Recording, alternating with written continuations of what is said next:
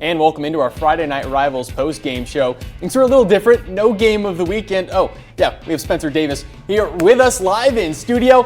And he was out and about at 2 games tonight, including a battle at Mount Zion. Mr. Davis, usually a side-riding reporter for us. From the sideline to the studio, how'd the games go for you? It couldn't have gone any better. It's so much fun being on the sideline, and operating a camera is a lot more fun than people may think. So, with that being said, let's get into the highlights. Apollo Conference Week 1 with Taylorville heading to Mount Zion. And it was a slow start to the game between these two teams. Again, Week 1 with conference play, but a big pass from Barron Odom to Malik Pierce gets the T-ville offense cooking.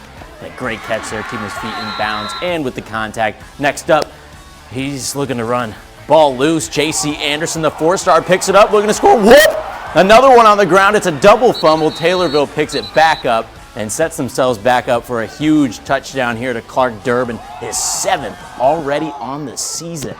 So good start here from Taylorville, but it doesn't last super long. Mount Zion really getting things going. High snap there from Keller Stocks. Bouncy back there, able to cross the pylon, putting the Braves back up after the extra point. Tight game throughout. Mount Zion takes it, moving to 3-1 on this young season, 14-12. Then over to non-conference action with Elmwood taking on the Bulldogs of St. Teresa on homecoming night. Caden Kernahan to Ethan Etchinson, but the possession is going to stall. Again, this is a very mobile quarterback, and you got a nice spiral going there with some contact. And then a gritty offensive drive from the wishbone of Elmwood. A good punt here, too. It was just a very stop-and-start type of game. The road, and St. T tries to make it all the way back, but our last score update was 28-13 in favor of the visiting Elmwood. And we are back, Sammy St. Jean alongside Spencer Davis, and we still have plenty more action to get to. He couldn't quite join us, but Carson Gordy, he was able to get us a few games for us, so we'll jump right into the highlights. First, over to Champaign Central. And at Champaign Central, it was all smiles during its annual homecoming game as the Maroons took care of business against Urbana. Down 42-6 with just minutes to go in the first half. The Tigers passing offense, they woke up looking to score at the end here, and then one last heave towards the end zone, but it's going to end up being batted down. Then the Maroons, the ground game starting to take over in the second half. It's going to be Sam Nicoletti taking charge and gashing the Tigers for some big gains. And why not give Sam another carry? He took advantage and pranced right into the end zone for another score. 49-6 Champaign Central, and they notched its second win of the season. The Tigers still looking for its first win since 2019. And we have an elite showdown in Central Illinois. Althoff Catholic making the trip from the St. Louis area to take on Tolono Unity. Oregon commit De'Ari Hill is only 5'11", but he can fly, taking it 65 yards to the house to give the Crusaders a quick 7-0 lead. And the Crusaders would call Hill's number again, but a bit more basic, a halfback giving them a 14-0 advantage. But the Rockets have a high-powered offense too. A deep shot late in the first quarter for a touchdown, cutting the deficit to just 1 score. But it's the Crusaders quarterback, Jaden Ellington, had enough of Hill. It was time to call his own number, scrambling into the end zone to extend its lead 21-7. Most recently, this update we had was 51-45 Tolono, but we have not gotten the final just yet. And now we switch gears to Warrensburg-Latham taking on Fisher, and it would be a whole lot of Warrensburg-Latham in this one. First up, it's going to be Brendan Bonds. He's going to get the handoff here and go for a strong gain. Ooh, lowered the shoulder. How about it? Cottrell Lee is the next man called upon, and he would do the job. In for 6, a big-time Warrensburg-Latham touchdown. They would go on and be able to add a field goal just a little bit later, and plenty more as well. They roll in this one with a monster win.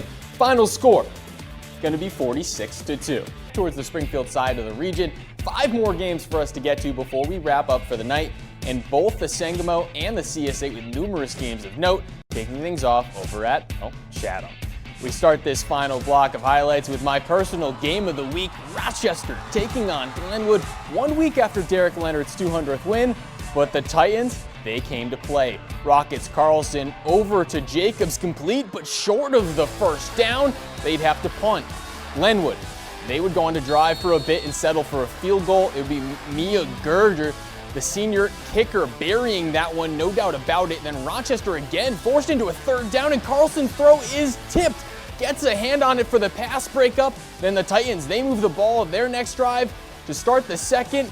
It's going to be Colton Nadler, and he finds Mason Newman. 45-17 final. And over to Springfield, a battle of the Springfield schools. Springfield High, the visitor against Southeast. Southeast quarterback Tony Boyd, he rolls out, and he's going to heave it, and oh my, it's caught, complete, just before the goal line.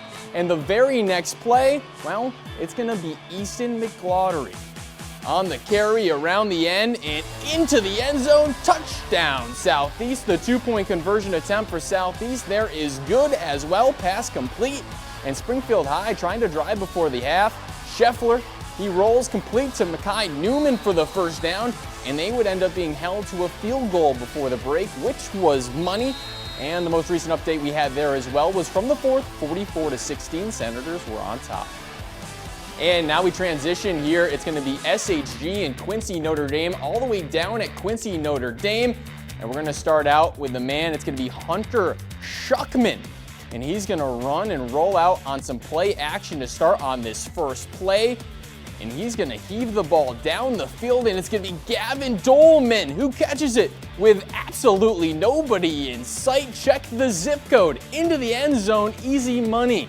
And then next play, it's going to be Cameron Brinkman. He's going to throw a lob over the defender's head, and, well, it's going to be taken all the way down to the 5-yard line. And Cameron Brinkman, he's going to run the option, but that Quincy Notre Dame defense not fooled. Halen Scott tackle for a loss, and then Wyatt Mueller, he's going to come up here and he's going to take the ball on a designed quarterback run and sneak by the sideline and by that pylon for the score. Touchdown. It's Quincy Notre Dame goes on to win this one. And now over to Athens as they look to grab a win as they host Olympia. Athens, they're going to get things going. It's going to be Gage Hahn. He's going to take the handoff and cut up the middle through the D-line and just sneaks out around from the defenders and scores. Touchdown, Athens. But Olympia, they're not going away. Cohen Alexander, who has a barrage of blockers with him, he's going to beat the lone defender, and he's gonna go all the way. Touchdown, Spartans, as we got a game on our hands. And this one came down to who made the first mistake in the game. And for Athens, they cough up the balls, and it falls into the hands of the Spartans. Olympia, they win this one by 3, 38-35. And now we transition gears. It's going to be Maroa Forsyth at Porta. And it's going to be Porta getting things going for us here. Dane Giannone, he's going to bust through the D-line and stumble his way into the end zone for 6. For Maroa Forsyth, they've been a force to be reckoned with. Canton Wilson, he's getting the ball handed to him, bounces out to the left and sees nothing but grass. It's all daylight, even at night, in front of him as he coasts into the end zone for a Trojan touchdown. Then Ryan Shepard, he pushed past the ball, monitoring Mitch William, who cuts up the middle, and he reaches for the end zone. Touchdown. And it's going to be Canton Wilson making it look easy as he's handed the ball, and he waltzes into the end zone untouched. Maroa Forsyth, they make it 4-0, 67-30 the final score. Now we wrap up our Friday night football coverage after the break as we look ahead to the return of our full FNR next week for Week 5. Real FNR full. In our game of the week, Quincy Notre Dame, they're hot. And they take on Springfield High. They're hot as well. It's going to be an action-packed Friday and a fantastic game. Spencer Davis will be there. Quickly, I'll ask you, Spencer, who's your team of the day? Give my props to Olympia Spartans. Shout out my guy, Coach Swan. And thank you, Spencer. Thank you for joining us. We know we won't have you next week. You'll be at the game of the week. But that's it for News Channel 20 at 10. Thanks for joining us.